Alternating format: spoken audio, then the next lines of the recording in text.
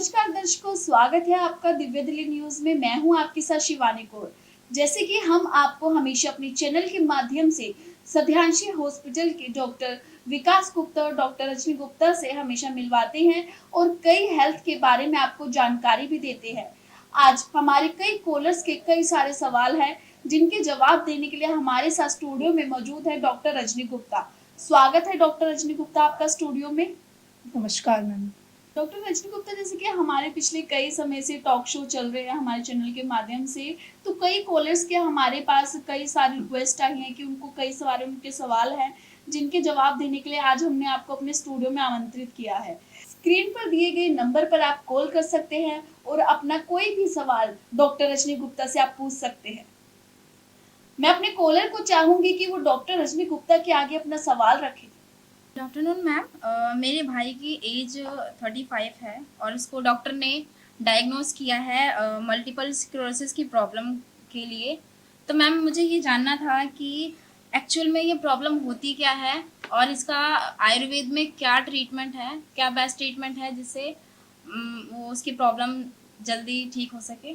देखिए, आपके भाई को जो उनको डायग्नोज किया है मल्टीपल स्क्लेरोसिस की रिगार्डिंग। मल्टीपल स्क्लेरोसिस एक ऐसी बीमारी रहती है, ये हमारे सेंट्रल नर्वस सिस्टम की बीमारी है जिससे हमारे ब्रेन का और हमारी बॉडी के बीच का जो कोऑर्डिनेशन होता है इसमें डिस्टरबेंस होना शुरू हो जाता है। इस बीमारी में सबसे पहले तो जो पेशेंट की आंखें होती हैं, इसका विज़न जो है वो ब्लरिड हो जाता है, सही से वो देख नहीं पाता। बॉडी में कोऑर्डिनेशन डिस्टर्ब होने की वजह से ट्रेमर्स होने लग पड़ते हैं, मतलब हाथ जो है वो कँपाते हैं। पूरे शरीर में, हाथों में, पैरों में कमज़ोरी ज़्यादा महसूस होती है, दर्द ज़्यादा महसूस होता है और धीरे धीरे पेशेंट की जो वॉलंटरी मूवमेंट्स है, यूरिन पास करना, स्टूल पास करना, इस पे भी कंट्रोल है, वो धीरे धीरे कम होने लग पड़ता है। देखिए, मल्टीपल स्क्लेरोसिस में हमारे मल्टीपल ऑर्गन्स के ऊपर इफेक्ट होता है। ये बीमारी आयुर्वेद में पित्त और कफज जन्य बीमारी बोली जाती है। जब वायु दोष शरीर का डिस्टर्ब होता है तो ये हमारे शरीर के कहीं कहीं पे जाके बात रुक जाता है। जब वायु रुकता है तो उसी जगह पे पेशेंट को ट्रेमर्स आना या उसके शरीर में कमज़ोरी होना जो है वो फील होती है। अब आप इसका आयुर्वेद उपचार की जहाँ बात करते हैं, देखिए आप दिल्ली में हैं तो दिल्ली में हमारे बहुत सारे ऐसे सेंटर्स हैं जहाँ पे आयुर्वेद पंचकर्म के माध्यम से ट्रीटमेंट दिया जाता है और मल्टीपल स्क्लेरोसिस के पेशेंट को सबसे पहले शिरोधारा दी जाती है ताकि उनके ब्रेन में सेंट्रल नर्वस सिस्टम को हम सही कर सकें। इसमें लगातार हम 15 दिन शिरोधारा का ट्रीटमेंट देते हैं। पेशेंट के ब्रेन को और उसके फिजिक को, उसके मस्कुलर सिस्टम को एक सामान्य रूप से कार्य करने के लायक बनाया जाता है।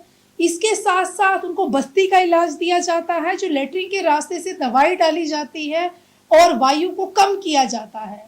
इसके साथ आप कुछ हमारी आयुर्वेदिक मेडिसिन्स हैं, उन मेडिसिन्स को घर पे भी मंगवा सकते हैं और उस दवाई का लगातार सेवन आप अपने भाई को करवा। 1 साल लगातार आपको उसको दवाई खिलानी पड़ेगी और 1 साल में आप देखिएगा कि कितने अच्छे चेंजेस जो है आपके पेशेंट में आपको दिखेंगे।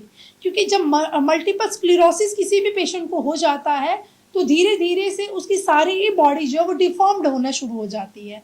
तो हमें इस कंडीशन में आयुर्वेदिक के माध्यम से वात का शमन करना है और बीमारी को जड़ से खत्म करना है। हमारे साथ अभी एक और कॉलर जुड़े हैं। मैं आपका स्वागत है दिव्य दिल्ली न्यूज में। क्या सवाल है आपका? मैडम, मेरा नाम निक्की है। मेरी मदर इन लॉ को शुगर है। शुगर उनका काफी हाई रहता है और सारी बॉडी में स्वेलिंग हो रही है, तो इसका कुछ आयुर्वेदिक उपचार बताएं। कि जी, आपकी मदर इन लॉ की उम्र क्या है और कितने सालों से उनको परेशानी हो रही है? मैम, उनकी उम्र 60 साल है। ये 3 से 4 साल पहले से ही उनको शुगर हुआ है। 60 साल की उम्र है और 3-4 साल से उनको शुगर की प्रॉब्लम है और अभी पूरे शरीर में सूजन आ रही है उनकी। देखिए, सूजन आना जो है वो कई कारणों से हो सकता है उनकी किडनी में कोई प्रॉब्लम हो रही हो। अगर आपने कोई जांच नहीं करवाई है तो सबसे पहले आप किडनी फंक्शन टेस्ट कराइए उनका, जिसमें यूरिन क्रेटिनिन को देखेंगे कि कहीं किडनी में कोई प्रॉब्लम तो नहीं है, इसकी वजह से सूजन आती है।